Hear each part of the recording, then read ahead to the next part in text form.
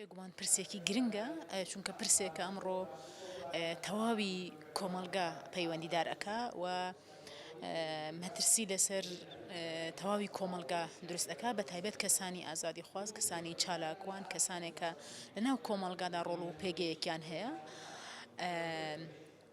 هەلبەتە ئەم پرسە هەم پرسێکی فرەلایەنە سیاسی و لایەنی ئەمنی و لایەنی قانونی لایەنی کۆمەڵایەتیش ئەگرێتە ناو خۆی ئەگەر بێگومان ئەگەر ئێمە باس لە لایەنی کیان یان لایەنی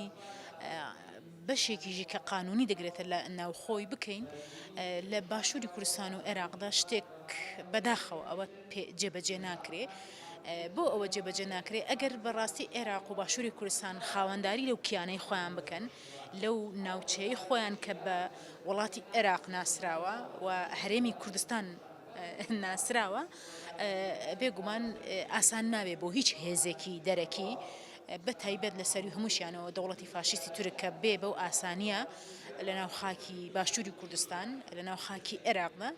کەسایەتیەک تیرۆر بکە یان هەوڵدان بکە هەمومان ئەزانین لەم یەک دوو هەفتەیە دواییدا ئەو دیمەنانەمان بینی کە چۆن بەبێ سانسۆر بەبێ هیچ ترس و دوو دڵیەک تەکلیفی سیخڕبوون لە هاوڵاتیان لە کەسایەتی لە تاکی ئەم کۆمەلگا لەم وڵاتەدا ئەکرێ لەبەرەوە ئەمە هۆکارێکیتی هۆکارێ ینی وەکوتم ئەوەیە کە هەرێمی کوردستان وەکو دەسەڵات باش ینی عێراق بەگشتی وەکو دەسەڵات بەڕاستی لە چوارچەوەی ئەوەدا نەیانتوانی و نە هەڵوێستێک وەربگرن نە قانونەکانی تەنانەت ئەو قانون و ئەو یاسانەی کە لە چوارچەوەی ئەو عێراقەدا مەسەرەن بۆ پاراستنی تاک بۆ لە بەرامبەر بەسی خوڕیکردنی هەوڵدان بۆ بەسی خوڕیکردنی تاکێکی ئەم وڵاتە نووسراوە و وەکو قانون بەجێکراوە تەنانەت ئەوانەش تەطبیق ناکەن ئەوانەش جێبەجێ ناکەن ئەگەر تەنیا ئەگەر لەو چوارچێوەدا لە دەست بگیرێ دەتوانرێ ڕێگری زۆر باش لەو هەوڵدانانە بکرێ. لایەنێکی تری بێگومان لایەنی سیاسیە ئەو لایەنە سیاسیە هەمومان ئەزانین بەداخەوە باشووری کوردستان وە بە تایبەتیش پەدەکە یعنی ئیتر لەوە نەماوە کە ئێمە باز بکەین وەڵا ئەو غەڵەتەی هەیە یان هەڵەیەکی بەو شێوەیە کردووە ئیتر هێزێکە تەسلیم بووە بە دەوڵەتی فاشیستی تورکیا لەبەرەوە هۆکارێکی سەرەکی تریش یەکێک لە هۆکارەکانیش ئەوەیە لە پاڵ ئەمەدا وەک پێویست هەڵوێست نیشان نەدانی لایەنەکانی تری باشووری کوردستانە چونکە لە ئەنجامدا ئەگەر ئەو لایەنانەش ئەو بێدەنگیە بشکێنن ئەو لایەنانەش کە ئەو خاڵە لاوازانەی کە پەدەکە وەکو هێزێک بۆ خۆی بەکاری ئەهێنێ و زیاتر تەسلیم بە دەوڵەتی فاشیستی تورک دەبێت ئەگەر هەڵوێستێک لە بەرامبەر ئەوە هەبێ بگومان ئەو کاتە ئەویش مەجبورەکە هەڵوەستەیەک لەسەر ئەو تەسلیم بوونەی خۆی بکات کەواتە لێرە دەگەینە ئەوەکە بێ هەڵوێستی لایەنەکانی تر و تەسلیم بوونی سەدی پەدەکە بە دەوڵەتی فاشیستی تورکیا ڕێگە خۆشکەرە بۆ ئەوەی کە دەوڵەتی فاشیستی تورک بە تایبەت لە ڕووی بە ئیستخباراتکردن بە میتکردنی لە باشووری کوردستاندا بۆ شێوەیە کار بکات بە خاڵێکی تر لە بابەتەدا هۆشیاری کۆمەلگایە هەلبەتە دەوڵەتی فاشیستی تورک هەمومان ئەزانین لە هەر شوێنێک ئەگەر ڕێخستن هەبێت ئەگەر هێزی کۆمەلگا هەبێت زوو جەسارەت ناکە زەفەر بەو کۆمەلگایە ئەوە تایبەتمەندی هەموو دەسەڵاتێک تایبەتمەندی ئەوە هەیە لە هەر شوێنێکە بەهێزی و ڕێخستنبوونی کۆمەلگا هەبێت هۆشیاری کۆمەلگا هەبێت جەسارەت ناکەن یان وێرەکی ئەوە ناکەن کە بەبێ وەکو وتمەها بێ منەتانە مەسەن تەکلیفی بەو شێوەیە بێنن بۆ سەر خەڵک لەبەرەوە پێویستە ئەوەی کە ئەرکی سەرەکی دەکەوێتە هەمومان ئەزانین مەسەن لایەنە سیاسیەکان باسمان کرد لە بنناوی ئەوەی کە بەرژەوەندیە لە بنناوی ئەوەی کۆمەڵێک پەردە و کۆمەڵێک ناوی جۆر بە جۆر کە بەڕاستی ئەوانە تەنیا وەکو بەهانەیەکی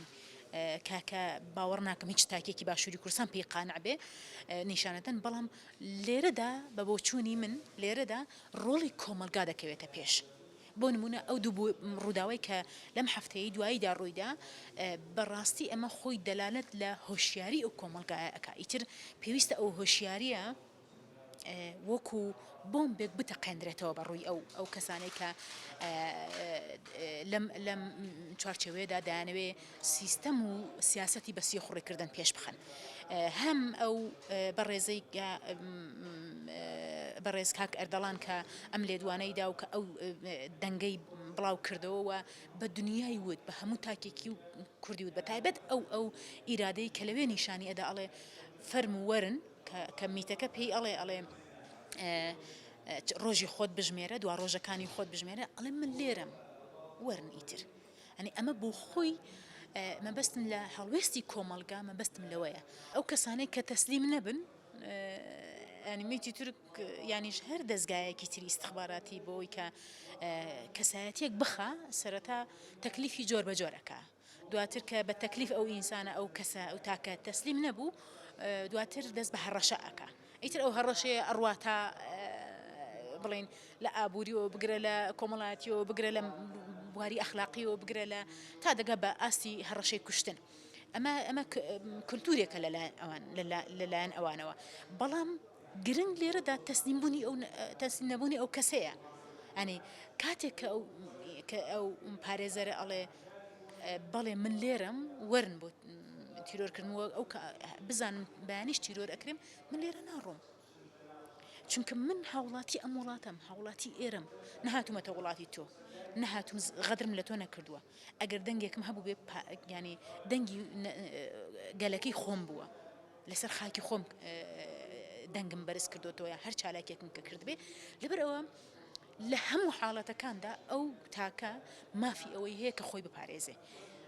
تا دەگات بەوەی لە سەنگەسەریش ڕوویدا ئەمە مافێکی خۆپارێزیە و پێویستە هەر تاکێک لە بەرامبەر ئەوەدا هۆشیار بێ بەڕاستی یەک خاڵی تر دەمەوێت لە کۆتاییە ئیشارە بەوە بکەم سەرەتاش باسم کرد لە شوێنێک هێز هەبێت میتی تورک وە دەوڵەتی فاشیست تورک ناتوانێت زەفەری بەسەریکە بە ساڵانە لە شاخەکانی کوردستان تێکۆشانێک لە بەرامبەر شەڕێک شۆڕشێک لە بەرامبەر ئەو هێرشانە ئەکرێت کە هەمومان ئەزانین ینی لە چی ئاستێکدا هیچ شتێکی قەدەغەکرا و هیچ هێزێک نەماوە بەکار نەهێنرێ بەڵام لەوێ بەهۆی ئەوەی کە تێکۆشان هەیە بەهۆی ئەوەی کە بەرخۆدانی هەیە بەهۆی ئەوەی کە قارەمانێتی هەیە زەفەری پێ نابە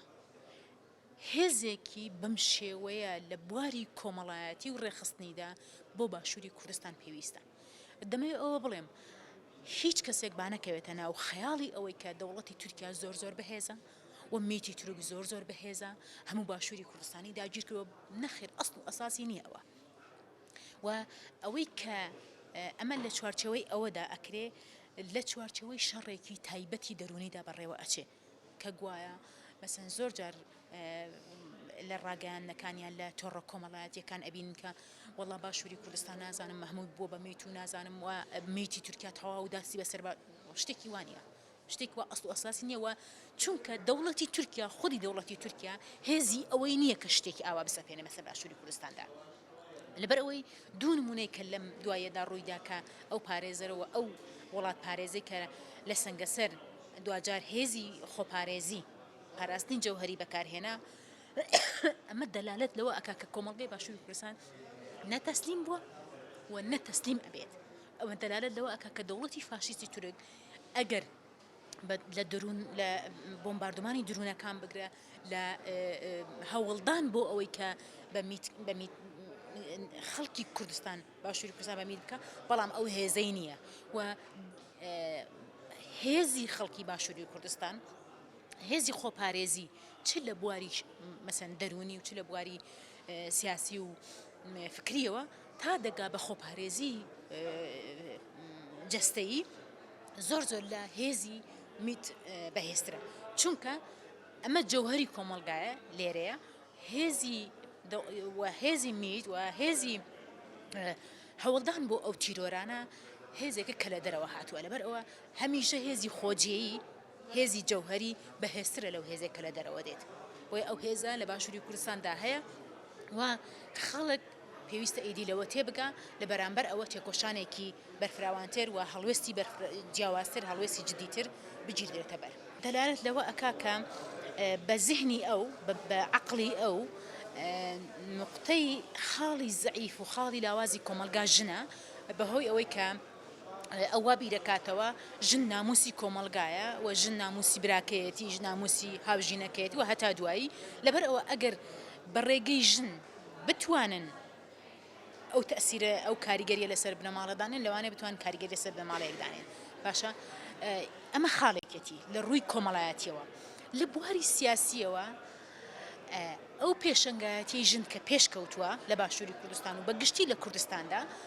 وێ ڕای هەموو کەم و کورتیەکانی هەوڵ ئەدەن بەم شێوازە بەم پۆلەتیکایە بەم سیاسەتە لە کەداری بکەن ئەوە تا کە ئەگەر ئێوە باسی پێشەنگایەتی ژنەکەن ئەوە تا ژنەکان دەبن بەمیت و هەوڵ ئەدەن لە نێوان ئەم دوو چەمکەدا باشە هەم لە بواری کۆمەڵایەتی و هەم لە بواری سیاسی و پێشەنگایەتی کردندا ئەومان بۆ دەگەڕێتەوە ترسی ئەو ئەقڵیەتە ترسی ئەو ذهنیەتە ترسی ئەو دەسەڵاتەیە لە پێشکەوتنی و دروستبوونی پێشەنگانی ژن لەبەر ئەوە لە هەردوو بوارەکەدا ئەو هەوڵدانەکە کە لێی بدە هەم وەکو پێشەنگ کە تیرۆری ئەکا باشە هەمیش لە بواری کۆمەڵایەتی و لە بواری استخباراتیەوە کە دەیەوێ بیخات لەبەر ئەوە دەلالەتی ئەوەیە کە ژنان چەندە ڕۆڵێکی کاریگەر و گرنگ لە ناو کۆمەلگادا ئەجێڕن ئەگەر بتوانن بەڕاستی بەرگری لە خۆیان بکەن کاتێک کە ئەڵێن بەرگری مەبەستم لەوەیە لە بەرامبەر ئەو شەڕە تایبەتەی کە بەڕێوە ئەچێ لە بەرامبەر ئەو سیاسەتە تایبەتەی کە بۆ بەسی خوڕیکردن بەڕێوە ئەچێ بەرگری لە خۆیان بکەن و تەسلیم نەبن بێگومان ڕاستەوخۆ ئەو پۆلیتیکا ئەو سیاسەتە پوچەڵ ئەبێتەوە و ئێمە نابێ یعنی قەناعەت بەوەش بکەین کە ئەگەر ژنێک تەسلیم بوو باشە کەواتە پێناسەی هەموو ژنەکان بەو شێوەیە ئەمە غەڵەتێکی گەورەیە و من وا هەستەکەم کە لەوانەیە لە هەندێک شوێن ئەمە بەکار بهێنرێ بەڵام ئەمە دەبێت هەرکەس لەوە تێبگا کە ئەگەر هەر کەسێک خاوەنی ئەو ئەقڵیەت و بیرکردنەوە بێ کەواتە ئەوە سیاسەتێکی تایبەتی لە پشتەوەیە بەرەو پێویستە بە تایبەت ژنان لە بەرامبەر ئەوە زائیدەن پیاوانیش ینی چونکە هەمومان ئەزانین میتی تورک یان بڵێن ئەو دەستگا ئیستخباراتی دەوڵەتی فاشیستی تورک دەیەوێت بە ڕێگەی ژنەوە لە ئەنجامدا براکەشی بخات باوکیشی بخات هاوژینەکەشی بخات لەبەرەوە ئەگەر ژن بەهێز بێت واتە براکەشی بەهێزە واتە باوکیشی بەهێزە واتە هاوژینەکەشی بەهێزە واتە خێزانەکەی و دوجاریش کۆمەلگاکەی بەهێزە لەبەرەوە هەمومان دەبێت لەو سیاسەتە تایبەتە باش تێبگەین